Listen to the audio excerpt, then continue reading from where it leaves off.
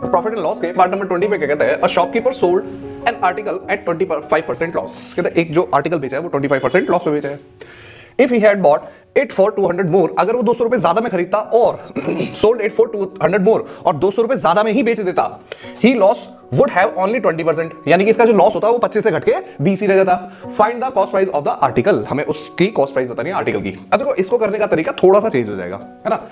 अब इसको थोड़ा सा हम बेसिक मेथड से ही करेंगे। क्या करना है, देखो 25% है ना, यानी कि इसकी सेलिंग प्राइस और कॉस्ट प्राइस क्या रही होगी भाई, मान लेते हैं हम रेशो x मान लेते हैं, ठीक है। तो selling price cost price CP कितना हो जाएगा 4x, है ना, अगर हम रेशो x मान रहे हैं तो x हो जाएगा। और एसपी कितना हो जाएगा भाई, इससे एक ज्यादा और लॉस में एक कम, यानी कि 3x। आप कह रहे दोनों में ही अगर 200 रुपए बढ़ा दें, दोनों में 200 रुपए बढ़ा दें, तो जो इसका लॉस है वो सिर्फ 20% रह जाएगा, है ना। तो 20% का मतलब कितना हुआ अपने बच्चों, 20% का मतलब हुआ 1/5, 1 माइनस हो जाएगा 4/5, राइट। 4 रुपए में बेचा है 5 में खरीद के, यही तो मतलब हुआ।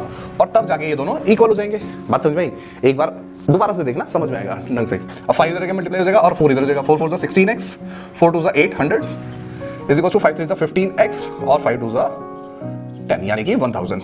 इधर लिया है 16x minus 15x is equal to 1000 minus 800। तो x की वैल्यू हमारे पास आ गई 200, ठीक है। ओरिजिनल कॉस्ट प्राइस क्या था 4x, यानी कि 4x का मतलब हो गया 4 इंटू 200, यानी कि आंसर आ गया 800। ऑप्शन नंबर डी हमारा आंसर हो गया। बात समझ में आई, बहुत इजी है, नहीं समझ में आया एक बार दोबारा देखो, पक्का समझ में आ जाएगा। और ये वाला क्वेश्चन फिर करके दिखाना और कमेंट्स में आंसर भी चाहिए। मिलते छोटे से ब्रेक के बाद, बाय।